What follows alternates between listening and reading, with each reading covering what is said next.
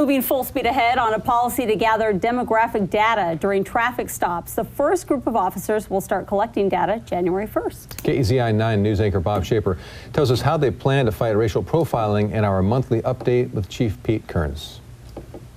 It has been a concern for us for a long time. Eugene Police Chief Pete Kearns says bias-based policing, the act of detaining people based on their age and appearance, isn't just wrong from a human rights point of view, it's also bad police work. What we don't want is for any officers to be wasting their time basing their decisions on race or gender or ethnicity or national origin. The initiative to fight racial profiling was set in motion in April when the Eugene Police Commission requested a new policy. Kearns convened a committee of people from around the community, including representatives from the NAACP and the ACLU, to develop a list of data points. Now, details are taking shape.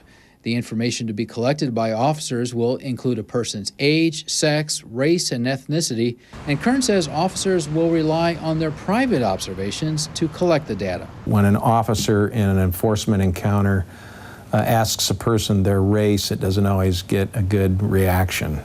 Kearns says the initiative will mean more work for his officers, and it may become a bargaining point for the police union.